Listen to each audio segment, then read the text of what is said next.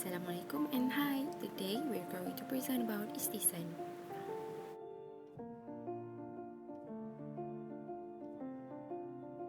ISTIHSAN literally means to approve or deem something preferable. It is a derivation of hasuna, which means to be good or beautiful.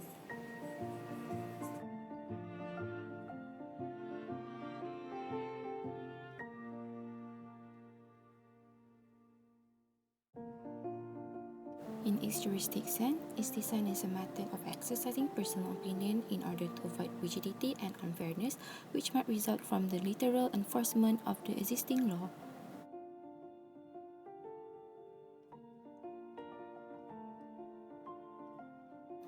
Juristic preference is a suitable description of ISTIHSAN as it involves setting aside as an established logical reasoning in favor of an alternative ruling which serves the ideas of juristic and public interest in a better way. So, we came to the topic of the scholars who approve ISTIHSAN or juristic preference. The concept of ISTIHSAN had been used by three main scholars in Islamic community, which is Hanafis, Malikis and Hanbalis, and its tradition continued by their students. This continuous tradition helped people around the world for centuries. It is because this type of solution is the society when they face some trouble or confusion related to their daily life routine. The chosen of this ISTIHSAN from these three scholars are based on three facts or reasons, which is first the hadith from the Prophet ﷺ, second is dalil akal, and the third one is the dalil ijma'. The first thing or reason for the acceptance of ISTIHSAN is that they refer to the hadith from Prophet ﷺ, which bring the meaning of what is rated by the Muslim which is good, so for Allah it is good too, and whatever is rated by the Muslim which is bad, it is bad for Allah too. Riwayat Al-Bukhari. The hadith itself bring the meaning of every single thing which bring the benefit or good for the people and the society. Allah approve us to use it. Meanwhile, something which give harm and unbeneficial for the people, Allah prohibited us to practice those things. Thus, the purpose of the ISTIHSAN is for ensure the benefit of the Muslim. So the three scholars had approved to use ISTIHSAN as one of the methods and solution based on the dalil plus the main purpose of the ISTIHSAN itself, which to ease and solve people problems without any doubt.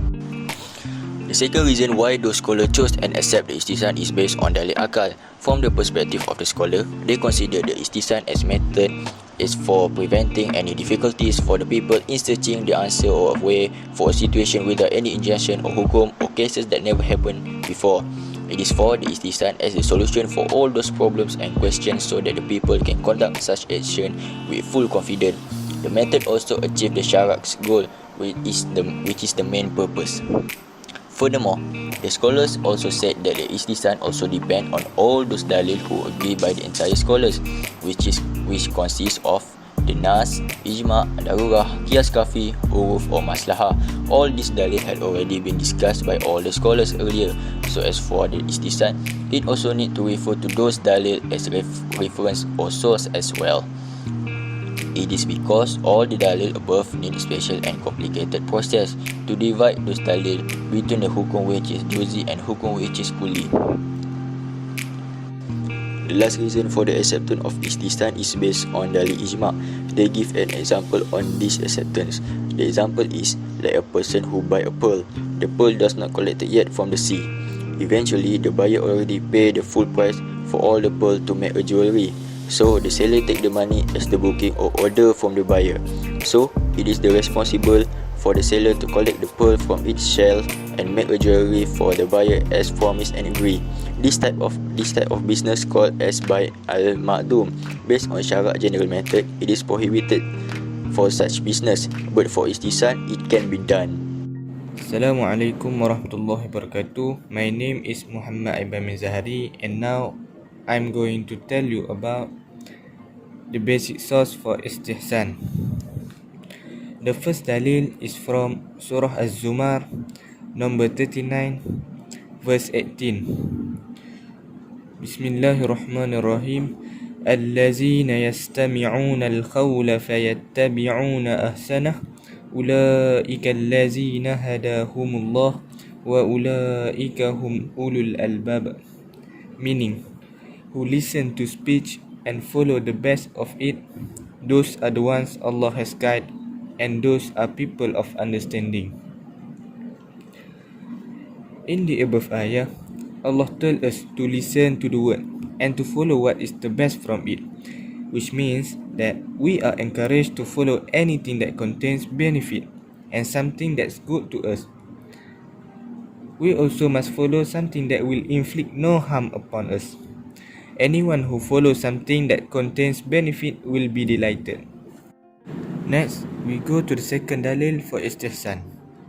عن ابن عباس رضي الله عنهما قال خدم النبي صلى الله عليه وسلم المدينة وهم يسلفون بالتمر السنتين والثلاث فقال من أسلف في شيء ففي كيل معلوم ووزن معلوم إلى أجل معلوم. حدثنا علي حدثنا سفيان قال حدثناني بن أبي نجيح وقال فليسلفوا في كيل معلوم إلى أجل معلوم أو كما قال رسول صلى الله عليه وسلم. Narrated by Ibn Abbas, he said, the Prophet came to Medina and the people who used to pay in advance the price of the dates to be delivered within 2 or 3 years.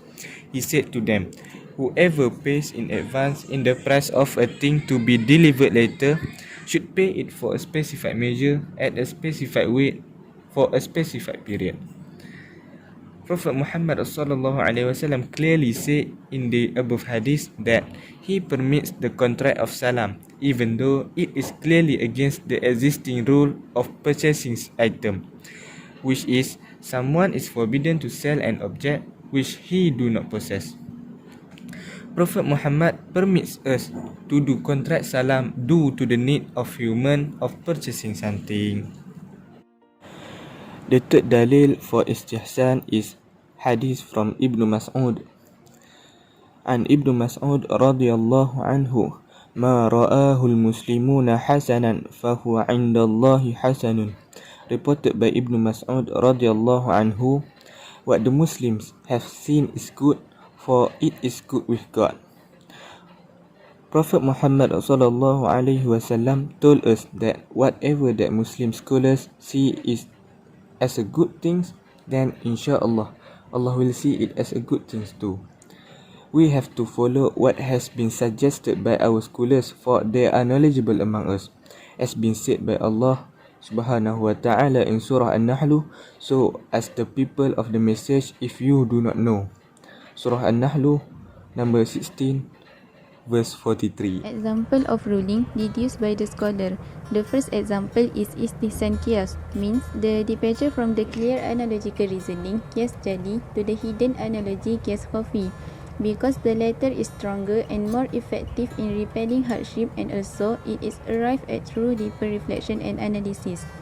An example for this type of istihsan can be observed in the Hanafi view on the purity of the saliva of predatory birds.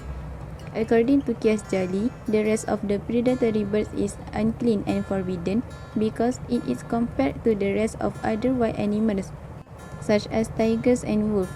Based on their meat is forbidden to eat. However, based on Qiyas Khafi, the remain of eagle and other predatory birds are clean because the birds eat and drink using their beaks, and it is pure when compared with a clean human mouth. Therefore, although the meat is forbidden to eat, but their saliva is not mixed with the rest of the water that they drink, because they drink using a beak, not with their tongue. The second example is istihsan an-nas, means the matter in each problem that shows the opposite law and different from the prescribed method that has the nas from Allah. For example, fasting does not invalid when we eating accidentally due to forgetfulness. According to the general method and al-qiyas, a person's fast is void because he does not refrain from inserting something into body cavity. However, the law is excluded from the general method based on the hadith from the Prophet sallallahu alaihi wasallam.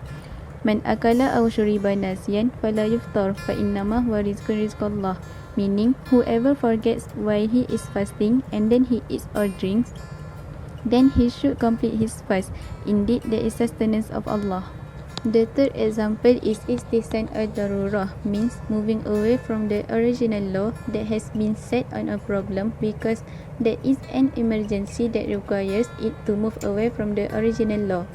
An example of the problem for this type of istihsan is cleaning a polluted well. According to the general method or al-qiyas, the well will not be clean even if some or all of the water in it is extracted.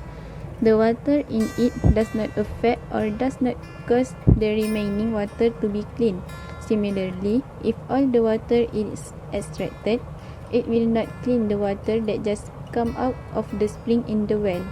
Therefore, the water in the well is remain unclean, or it will not be clean even if all the dirty water extracted. This will cause difficulties if the well is the main source for the community or individual. So, it is obligatory for us to take the water from the well because it is necessary and emergency.